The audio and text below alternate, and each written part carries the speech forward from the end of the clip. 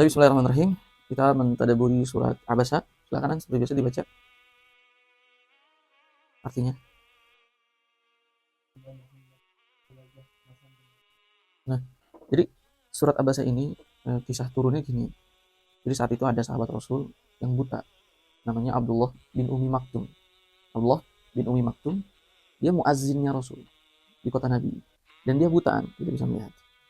Suatu ketika saat Rasul sedang mendakwahi tokoh-tokoh Quraisy, musyrikin Quraisy, sedang didakwahi sama Rasulullah. Ketika itu datang Abdullah bin Umi Maktum, datang ke Rasul Shallallahu Alaihi Wasallam, minta untuk diajarkan Islam, agama. Ya Rasulullah, ajari aku ilmu agama. Ya Rasulullah, berikan aku nasihat. Ya Allah, ajari aku ajaran-ajaran Islam. Gitu. Nah, akhirnya saat itu Rasul malah bermuka masam ke Abdullah bin Umi Maktum. Bermuka masam.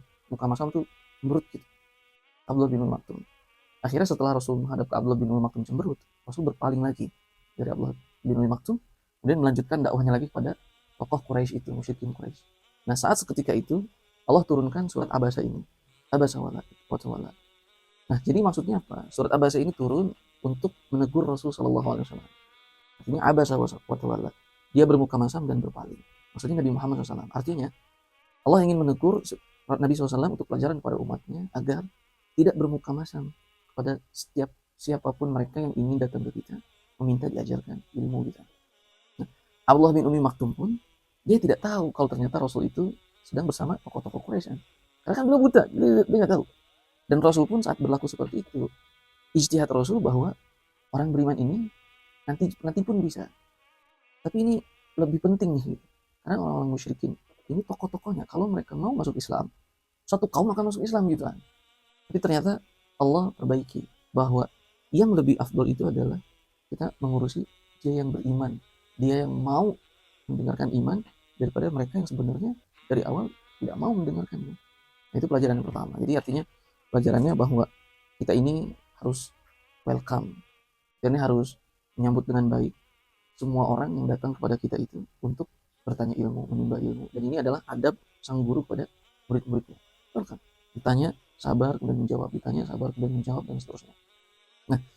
Nah, jadi itu sedikit tentang sebab turunnya surat Abasa. Adapun misalnya contoh Imam Malik itu kan saat beliau didatangi oleh murid-murid menuntut ilmu ke kota Nabi. Kan Imam Malik itu menjadi Imam Darul Hijrah, Imam kota hijrah. Kota hijrah itu maksudnya adalah Al-Madinah Al-Munawwarah. Imam Malik menjadi imam. Ketika beliau didatangi oleh para penuntut ilmu yang ingin menimba ilmu di majelis Imam Malik. Majelis Imam Malik itu di Masjid Nabawi. Imam Malik berkata, ahlan wa sahlan bi wasiyati Rasulillah. Selamat datang para ahli wasiatnya Rasulullah SAW. Maksudnya apa? Rasulullah SAW dalam hadis yang diriwayatkan oleh Imam Tabrani, beliau mengatakan kepada para sahabat, jika datang kepada kalian para penuntut ilmu, maka ucapkanlah ahlan wa sahlan, selamat datang, wa marhaban, selamat datang gitu. Ahlan wa sahlan wa marhaban, selamat datang. Jadi artinya itu sudah menjadi sunnah Nabi kita, sunnah dalam Islam. Siapa saja yang datang kepada kita bertanya ilmu atau ingin menuntut ilmu, maka kita harus welcome dengan wajah yang ceria, kemudian menyambut segala pertanyaan khususnya. Jadi itu kan pelajaran pada kesempatan kali ini. Dan terakhir, usahakan kita itu beradab baik kepada semua para penuntut ilmu. Siapapun, di desa manapun, di tempat manapun, mereka penuntut ilmu.